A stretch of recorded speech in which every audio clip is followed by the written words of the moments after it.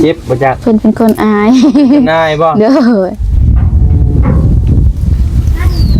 เป็นไงล่ะซะทางอันผัวเจ้าเพิ่นมาได้บ่ ยังบ่ทันได้มาเพิ่นว่ายังเก็บเงินบ่ได้แล้วเพิ่นก็อยู่ก่อนเพิ่นว่า ยังเก็บเงินบ่ได้ โดย เพิ่นบ่ได้เฮ็ดเหียบ่เอาจังว่าเพิ่นบ่มีไฟเฮ็ดเหียเนาะ คนเล่าเด้ ก็หยอกเด้อก็หยอกได้อยู่หรอว่า ได้อยู่ เรา คนเฟรลี่อยู่ เจ้าก็มีแต่อันพิการแต่อันแข้งขาซื่อบ่ใครนั่นก็ปกติเบิดบ่ ดอยร้านอีกเซนน่ะนะมันเจ้าเป็นมานี่แต่โดนแล้วบ่ควรแนวใด เป็นได้อายุ22 เริ่มเป็นอายุ12 โอเคก็เดียวว่าเป็นมาแต่เกิดบ่แม่นเนาะ บ่ เป็นยังได้คือว่าอันเป็นเริ่มเป็นมาแบบนี้นะตามให้ฟังกันได้ ยากเด้เนาะสิกลับแล้วบ่นี่เจ้า กับบ่ยังนโมถาโดนบ่ เนาะบ่ยังเป็นมื้อใหม่อยู่แล้วไปซะเด้อเมื่อเด้อแล้วสินอนนี่เด้อมีแต่บอกพ่อบอกแม่เพิ่นมาขอแน่เป่าหยอกให้ซื้อเนาะค่อยใช้บาทนี่ปึ๊บโอ้นี่เลยบ่ไปจับดีๆเด้อไป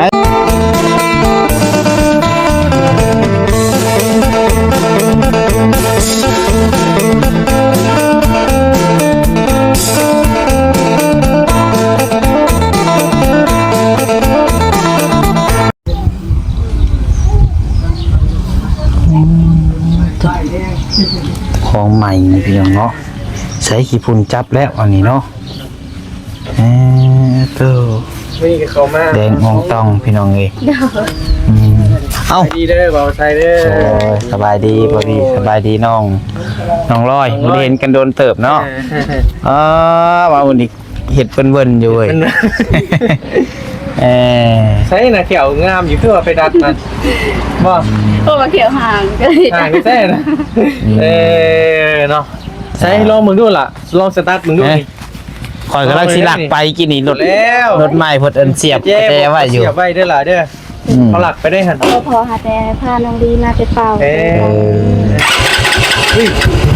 ไปโอ้บีบแก้ดูบีบแก้ดูแก้ดังอยู่บ่ไปเลยไปเลยไปนี่ คัก โอ้ยเนาะ คนเอารถใหม่นี่ส้นอะไรนี่บ่เป็นหยังได้นี่เดี๋ยวเนาะรถใหม่เสียงนิ่มเป็นนิ่มเพียงเนาะ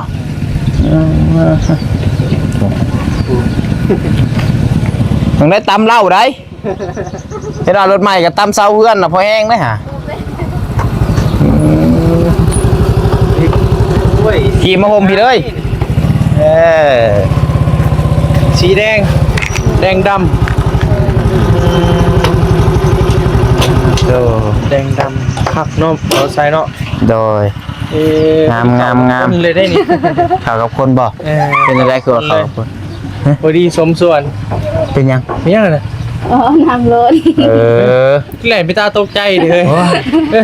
ตกใจเบิดก่อนคือเราห้องคือเราชิโดดเทียงเถอะกินโอ้ยเนาะตกใจนำเด้มาอยู่กับพี่เอ้ยสะท้อนได้แน่นก็ยังมืดบ่จอยน้องเพิ่นดำจอยเพิ่นสิว่าอันนั้นได้ฮะ จบงานเนาะ เรากระดำอยู่เลย งามขาวเนาะ ขัดกะลี่นี่เนาะเฮ้ย จำสะท้อนแซงพี่น้องเอ้ย ตัดมือ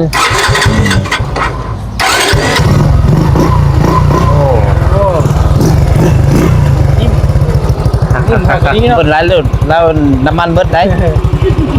ผมมากระเจไว้ในรถด้วยล่ะเนี่ยเขาหลักไปได้จริงหน่อย หากก็6 กิโลเนาะออกใหม่ กระแจกับ2 ลูกก็แยกไว้ลูกหนึ่งก็ได้มันจังคะแนนว่ามันเสียพอยังลูกหนึ่งเสียเบิดได้เนาะ แมนแยกไว้เนาะเป็นอะไรดีใจอยู่บ่ได้รถใหม่ ใช่ นิดง่ายนี่ บ่ให้แล้วบัดนี้เนาะ โดย เข้ามาเธอได้มีแต่ให้มีแต่ห้อง โดย มาบัดนี้ได้ยินแต่เสียงหัว โดย เอาไปได้ก็ให้เดี๋ยวซั่นโอ้ยมันตื่นตันใจเนาะล่ะเนาะ โดย มันใช้น้องลี่เด้ อยู่เทิง เด้พี่เอาพี่ว่าพี่โยกตัวเฮ็ดไปไทยไปยังมา เปิ้นหาแต่มาแต่เปล่า หากแตนแขวแล้วข่อยใช้เบิ่งโน่นน่ะยิง ส ก็ บาย ยิงโน่น ดี น่ะ ซะ เกี่ยวกินขนมลายไงสบายดี กระจังหนาแล้วกระจังหนาเราไปเบิดเลยเนาะ เป่าบ่ล่ะ โดยเพิ่นหาแต่มา เป่าอยู่เส้นนะ อยู่บ้าน จักมื้อ บึงทะเนาะเพิ่นหัดไป3เทื่อนี่ มันลงแล้วล่ะ ก็รู้สึกว่าลงได้แล้ว คลายขึ้นก็เก่าติ โดย เป็นได้ล่ะไปไทยมวนบ่ โดยซะ วันนั้นบ่ได้ไปเที่ยวเนาะไปหมอไปยังหมอ ไป ไปได้ ซื้อเสื้อโต๊ะบักแพงนึงเนาะแพงซื้อให้เนาะ ตัวเท่าไหร่ โดยซะ อะไรวะ 1,500แล้วก็ ลูกกี้อ้ายลืมมึงแล้วข้าวอ่ะ เจ้าก็เบิ่งคลิปบ่ โอ้เบิ่งเลย เคยเบิ่งหน่อยนึงชื่อเสือตัวปัญหาผู้ซื้อบ่คือว่าบ่ได้ซื้อ ซื้อ ให้เลย ระดับบอสใหญ่เฮาเลย ใช้เสือตัวปัญหา อยู่เทิง บ่กล้าเฮาใส่ซ้ำบ่จักบ่ ใส่ นั่นน่ะเสือตัวปัญหาข่อยยังบ่เคยซื้อเสือเขาตัวปัญหาสูงสุดก็500 โดย คอยเด้อรถเด้อซะเมื่อเลยเด้อให้บ่ฮะให้บ่เฮ้ยยืมขี่เมื่อในเด้อรถบ่มีรถขี่เมื่อรถเท่นะ ให้บ่ฮะว้ายเฮ้ยคือมายิ้มแท้มีแต่ยิ้มมีความสุขเด้เนาะให้นั่งร่วมกันผัวไปนั่งครับไปกันน้องเพิ่นเมื่อย พอดีว่าฮากามาแต่บ้านนกอื่นนกตั้น นี่นั่งนี่ก็ได้นั่งก็ได้ใช่น่ะได้ล้อเข็นใหม่บ่ โดย เป็นรถ2คันบ่ติ ได้โดนเติมมาแล้วมือ นี่ล่ะมานั่งพี่ก็ได้ นั่ง มานั่งพี่ไว้ นั่งคุยกับเพิ่นก่อนจังหน่อยนึงพี่น้องเนาะ เป็นอะไรล่ะตอนนี้ยังเจ็บอยู่ล่ะ ทางนี่ก็เฮ้ย ตายไม่เน่เห็นว่ากัน เอ้าบ่ได้บ่ บ่ได้ ยันว่าบ่ได้ผู้อยู่เทิงพูดว่าบ่ได้เนาะ โดย ยันว่าลงคนพี่น้องไปมา บ่จักบ่ได้มาหาเพิ่นนั่นแหละบ่เจ้าซื้อหยัง บอกเพิ่นได้ไหม อะไรถามซื้อบ่บอกบาดนี่ บอก เนี่ย เพิ่น หลุด ได้ไหม เมื่อแล้ว สิ ทำก็บอกว่านำ เจ็บบ่จัก เพิ่นเป็นคนอาย นายบ่ โดย เป็นในลักษณะทางอันผัวเจ้าเพิ่นมาเลยบ่ ยังบ่ทันได้มาเพิ่นว่ายังเก็บเงินบ่ได้แล้วเพิ่นก็อยู่ก่อนเพิ่นว่า ยังเก็บเงินบ่ได้ โดย เพิ่นบ่ได้เฮ็ดเหียบ่เอาจังว่าเพิ่นมีไฟเฮ็ดเหียเนาะถ่ายเก็บเงินแบบนั้นบ่เพิ่นเก็บแบบใดจ้ะ เก็บเงินโฮมไว้ หาเงินยังบ่ได้ลา โดย ก็เลยว่าถ้ามันได้เป็นก้อนเป็นกำก้อน โดย มา แล้วเขาจะคือเข้าใจแล้วนั้นยังเก็บเงินบ่ได้ใช่ดอกแล้วเพิ่นยังบ่ทันได้เฮ็ดเหียบ่ซะเปล่าหยอกพี่น้องพอได้หัวเนาะเห็นน้องลี่สาวๆซะดอก ยิ้มตัวเฮ้ยอูดีใจเนี่ยบ่เนาะมาหานี่เนาะบ่ล่ะ เพิ่นมาแต่เฝ้าเพิ่นยังเมื่อยแบบขึ้นรถมาไกล ไปไกลเติบได้เนาะล่ะเนาะ โดยไกลขึ้นรถไทยไปหา3 ชั่วโมงคันขึ้นรถจักรเลยชั่วโมงนึง อยู่ไสอ่ะ บ้านบึงทะเนาะ เบิ่งข้างนอก โดย อยู่ไสน่ะเฮ้ยจะไปบ่ เฮาก็ยังบ่ฮู้ พ่อบ่พาไป ไปทางไหนปุ๊ ขึ้นทางอัศพร ถึงทางอาสะพรปุ๊ โดยเป็นทางแดงดินทราย ไปเป่าจักมือแล้วก็ หาแต่ไป3เทื่อ 3เทื่อ3มื้อ โดย คุยพายซั่น รถเขาจะเอามาเอาบ่าวโคก อ้ายเจ้าบ่ บ่ผู้บ่าวของน้าสาว โอ้มีผู้บ่าวอีกบ่น่ะ โดยผู้เป็นเปียนี่ ว้า โดยโดย เป็นอ้ายบ่ถ่ายได้บ่ ได้อยู่อังกีนี่ก็วารีขึ้นท้าย ไปพาขึ้นไปได้ปะ เหนื่อย ไปโอ้ บ่ธรรมดาเด้เนาะ กันเลยนะ ใครจะพึ่งเมื่อเด้อข่อยแนมเห็นอยู่ข่อยคิดว่าน้องเพิ่นบ่ ว่าแม่น โอ้บ่ธรรมดาเด้นี่โอ้หัวอีกเนาะไป อันนี้ผู้มาหับบ่มาหับเซล ไปดี ใช่เบิ่งปึ๊บ โอ้ย นี่บ่ โดย ผู้บ่าวเพิ่นพี่น้อง โดย ผู้บ่าวบ่นี่บ่ธรรมดาเด้เนาะ ทางกันใช่ มึงนั่นแหละมึงเป็นแม่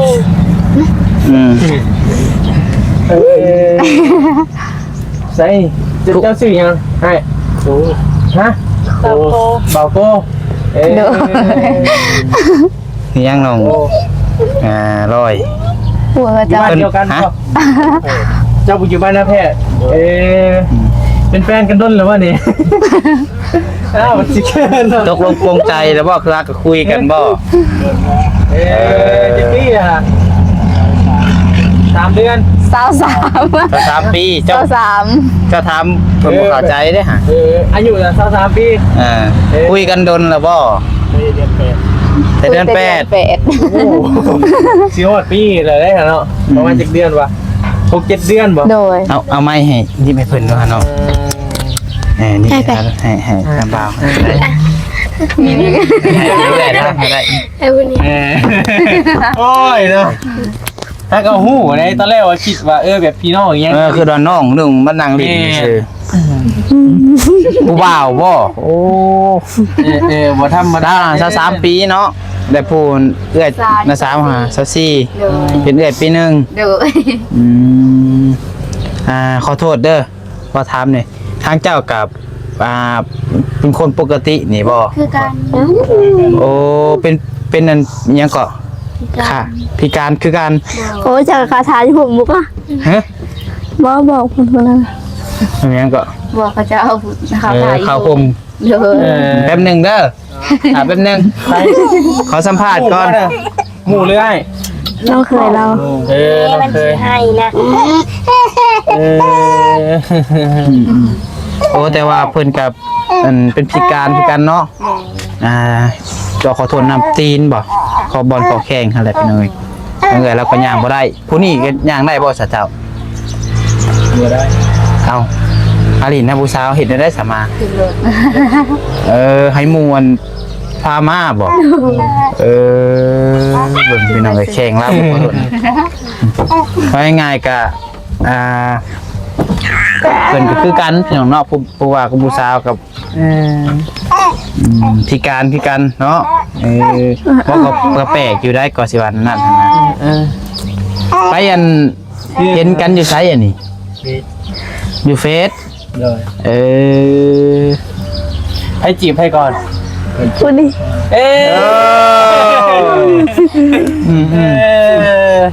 จีบแล้วจักมือแล้วถึงตกลงเป็นแฟนเดียวโอ้เลยรวมกันมือเดียวครบกันเลย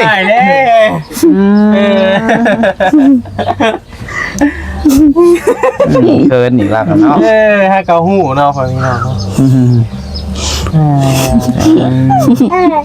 บ่ได้มาตะกี้ก็บ่ได้บอกว่ามีผู้บ่าวแล้วเนาะโอ้ยบ่บอกกันเลย บ่ฮู้เลยฮะเกาหูมื้อนี้แหละมื้อได้สิมีข่าวดีนี่ฮะ มาหู แฮงว่าโห เลย อย่าลืมส่วนกันได้เฮ้ย เลย อย่าลืมฮอดได้เนาะ มาแต่เช้ากูบอกเลยฮะก็มา10 โมง มาแต่ 10 โมงโอ้แต่เช้าจนค่ำแล้วก็เนาะมาพาผู้สาวกำลังสิครับพอดีว่าตอนแรกเห็นมาก็เห็นอยู่แต่ว่าคิดว่าพี่น้องยังมานั่งกัน คือว่าน้องชายข่อยยังสิถามน้องลอยอยู่ว่าเอาน้องสาวน้องชายบ่วะบางทีข่อยคิดว่าผู้บ่าวน้องเป็นผัวน้องลอยได้คือว่าผัวเรามาแต่ไทยบ่คือว่านั่นได้พอเห็นนำ แล้ว สิถามเราอยู่ เนาะ แต่พูดว่ากูบ่าวนะสาว ผู้บ่าวนะสาว โอ้เกมพลิกเลย ผู้บ่าวน้องนอน เลย เจ้าจะกี้เลยเจ้า เศร้าสิ ซาวซี่เจ้าใหญ่กว่าเราปีหนึง โดย พอดีแล้ว เอื้อย เอ้ เอื้อยเห็นเนาะเลื่อนกันปีเดียวถ้ากันได้ยังจนสู่ผู้บ่าวกินผู้บ่าวมาลินน้ำ ตามมาถือ ตามมักทั่ว เลย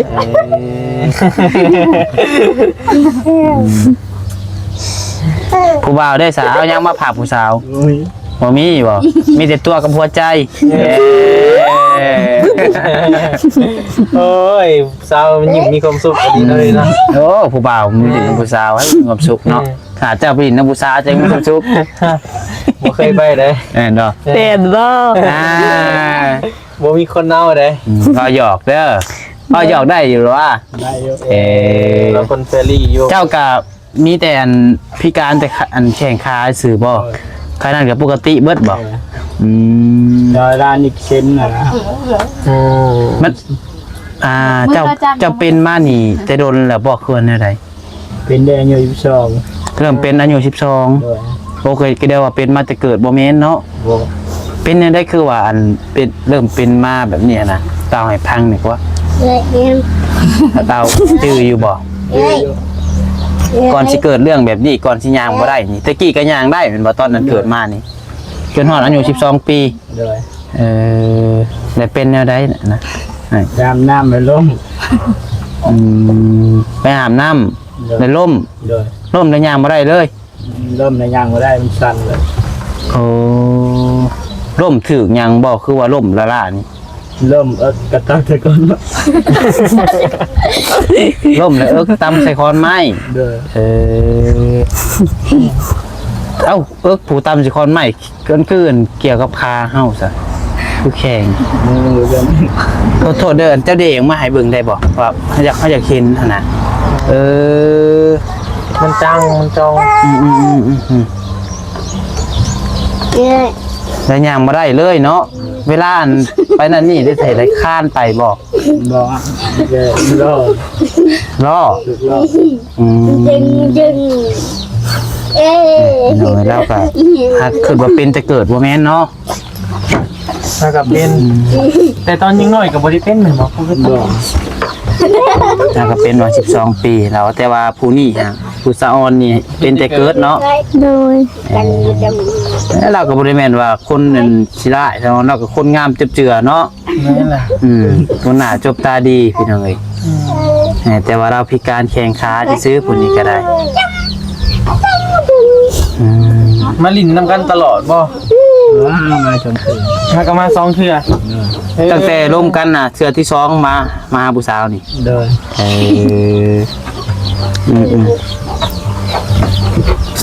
ดนหรือว่ามาตอนเทื่อที่1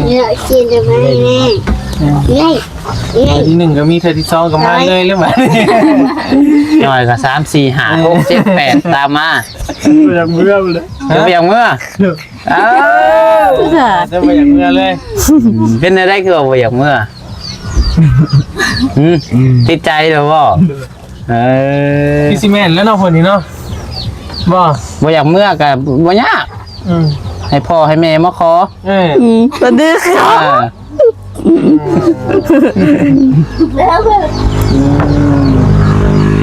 โอ้ยคนโสดนี่อิจฉาตาห้อนและคนโสดแบบบาร์บี้นี่เนาะบาร์บี้คนปกติยังหาแฟนบ่ได้เจ้าโอ้ยอายเลยก่อยอายเด้เนาะอายเราเลยเด้นี่คนโสดเบิ่งอยู่หลายคนนี่ก็สิเคินเราอยู่นี่เนาะ อายได้เนาะ ขนาดเล่าวันพ่อขอโทษน้ำเป็นน้องก็บ่ได้ว่าเหยียดยามแล้วเนาะกับพิการกับพิการเนาะเรายังพบพ่อกันเนาะผมลิขิตผ่านลิขิตไปจ้ะพอบ้านกันอยู่ใกล้ๆกันบริการกันปานใดเนาะหน้าแผงนี่แหละวะ โดย ประมาณ2-3 ลักนี่แหละพี่น้องเอ้ยประมาณนั้น ให้เบิ่งคลิปบ่อาจารย์สบายจานตื่นเขาไปหาเดี๋ยวนี้ แม่นบ่ โดย ไปหาเจ้านี่บ่ จะชื่อหยังก็ โอ้ เบาโพ โดย บางโพสาวอ่อน บ่เห็นได้แต่ว่าเบิ่งอยู่คลิปอ้ายเพิ่นก็เบิ่งแบบบางคลิปนะเพื่อเฮาก็บ่ได้ติดตามเบิ่งตลอด โดย เจ้าก็ได้รับการช่วยเหลือบ่เออ เขาเคยไปเห็นห้องน้ำให้เพิ่น เคยเป็นห้องน้ำ ดูจะได้ที่ห้องนอนนี่ เคยเข้าห้องน้ เพิ่นไปช่วยเหลือหามีหยังแหน่ก็เพิ่นเจ้าเคยได้รับการช่วยเหลือ ำทั้งห้องน้ำแล้วก็ที่ห้องแล้ว ที่ห้องบ่นอน โดยดำเนินปรับปรุงด้วยความไม่อัน เพื่อนเจ้าเป็นเพื่อนไม้บ่เพื่อนดี จำบิด เพื่อนไม้เฉพาะแล้วเราจะ เฮ้ยอยู่ข้างนอก ได้เบิ่งเนาะเพราะว่าเพิ่นเคยเห็นเขาไปถ่ายเด้ปกติกันคนบ่เคยเข้ากล้องผู้บ่าวผู้สาวนี่โย่ตีแต่ถ่ายเนาะตีแต่บ่เห็นกล้องเนาะข่อยอยากแล่นบ่แล้วข่อยเพิ่นพอโดดเถียงก็สิโดดเถียงบ่แล้วข่อยนะ อ่ะอย่างแรงอะไรมาเป็นเลยเนาะ ถ่ายได้อยู่แล้วว่านี่ โดยได้ ย่านว่าเพิ่นนั่นบ่อนุญาตทำหยังเนาะต้องถามก่อนได้คิดมาย ากเลยเนาะสิกลับแล้วว่านี่เจ้า กับบ่ยันบ่ถ่ายโดนบ่ เนาะ โดยเรายังเป็นเมื่อใหม่อยู่แล้ว ไปซะเด้อเมื่อเราเด้อแล้วสินอนนี่เด้อมีแต่บอกพ่อบอกแม่เพิ่นมาขอแน่เป้าหยอกให้ซื้อเนาะว่าคันบ่อยากเมื่อลีก็บอกพ่อบอกแม่มาขอได้เนาะบ่ซามอนค่าดองเท่าไหร่นี่ โอ้มันพอแล้ว โอ้โหน้ำพอแล้วบ่ เลย นอนเริ่มไม่ลั่น อ้าว โอ้เอ้ย น้องลี่คือได้หลายเด้อน้องลี่ ถ้าก็ได้ยินเสียงเนาะจะสิเมื่อปะนะ อันนั้นเรื่องเงินนี่อยากได้บ่ค่าดอง100 ล้านนั่นคำจักบาทบัดนี้ บาดดื้อ คำบาทหนึ่งใครโอ้บาทหนึ่งก็ 150 ล้าน160 ล้านรวมเบิด บาทหนึ่งก็บ่อยากใครมันได้เลยเหยเนาะ 60 คำบาทหนึ่งนี่ก็ 50 ล้าน 50ปลายล้านแต่ก็ว่าหยอกว่าหัวคันสิซื้อพี่น้องเนาะจีดทั้งนี้นี่ค่าดองนี่แพงบ่ ก็ แบบคนทั่วไปแบบคนบ่ได้ว่าแต่ลาวดอกแบบว่าคนทั่วไป นี่ เอา เขาดอง กัน เขาดองเจ้านี่เท่าไหร่ สิบ โอ้ น้องร้อยนี่ แล้วแต่ว่าวเอา แต่ว่าเอา โดย คะแนนว่าผู้ใดลูกสาวงามเนี่ยก็จะได้เป็นพันล้านแล้วบ่ เอาอ่ะเนาะถ้าเราว่าเอาคันข่อยมีลูกสาวนี่คือลูกสาวข่อยงามๆหน้าจบตาตีนี่ข่อย โอ้ เสียวย ก็งามคุณผีแล้วขนาดนี้ยังงามเลย ใช่ เห็นได้ภาษาอ่านนะ เออ น้องเคยเบิ่งคลิปอ่านอยู่ แม่นบ่ เลย จะ เคย พักจะยังกันนะ เคยเห็นไปไส มา ไป หา หาไผ หน่อย มาหาน้องน้อยสิ เบิ่งคลิปอีกบ่ โดยเบิ่งคลิปของเบายาว คลิปข่อยได้เคยเบิ่งบ่ บ่จื้อ โอ้ย แค่นี้ โอเคสั่นแหละยันหมู่แล้วถ่าดิ ป้าซะ ได้ลองเบิ่งดูนะลอง เพิ่น ล สิ อง กลับได้ ลองมาดูจะไปได้นะ ไอ้หมู่บ่มาเอาเป็นอะไร หมู่มาเอาบ่ กล้าลุกก็แล้ว ฮะ ลงไปโลด วายเอาไม้ให้แน่ โอเค จับไม้ให้แน่นี่เพิ่นไปเลยเอาอยากเห็นนะพี่น้องเอ้ยเวลาเพิ่นไปนั่นนี่เวลาเพิ่นสิไปหาผู้บ่าวผู้สาวสินะ